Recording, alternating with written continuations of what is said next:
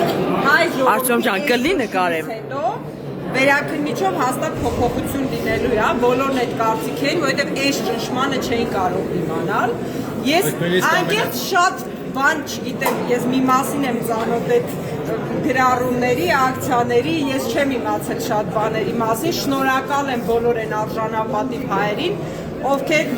ոչ թե իմ կողքն են կանգնել այսօր, այլ փորձում են այնպես անել, որ Հայաստանում արդարադատության համակարգը չկործանվի վերջնականապես։ Փաստորեն նույնիսկ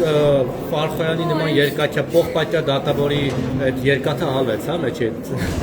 այս հանրային ճնշման արդյունքում։ Փաստորեն։ Սպասելի է, այսինքն ասում են գյուղ կանգնի գերան կկոտրի, հիմա այդ նույնն եղավ ու շատ սպոնտան ինչ որ բաներ եղան, ես անկեղծ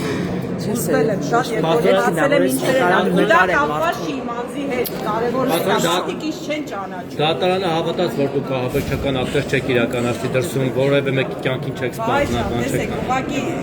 իսկ թվում է ցանկացած մարդ կարդում է այդ գործը, հասկանում է, որտեղ ահաբեկչության տարի չկա։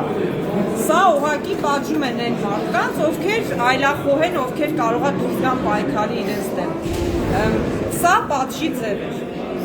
Խափանման միջոցը ինչ է, պետք է 3 պայմանների համար բավարարման, հա որ մարդը չխոչընդոտի, չփախչի, հա ու 3 պայմանների բավարարման համար մարդու համար որոշում են կալանքել դեպքում, երբ որ շատ վտանգավոր է այդ 3 մի խոսքով այդ 3 հանգամանքներից մեկը կարող է լինել։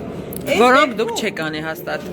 Ինչ պետք է անեմ, ասեք նախորդ անգամ, երբ որ օգոստոսին որոշում էր կայացրել, նույն Ֆարխոյանը որոշել էր, որ ես կարող կրկին հանցանք գործեմ։ Շենքեր պայթեցնել, բան, չեմ գործել, ինչ հանցանք պիտի գործեմ։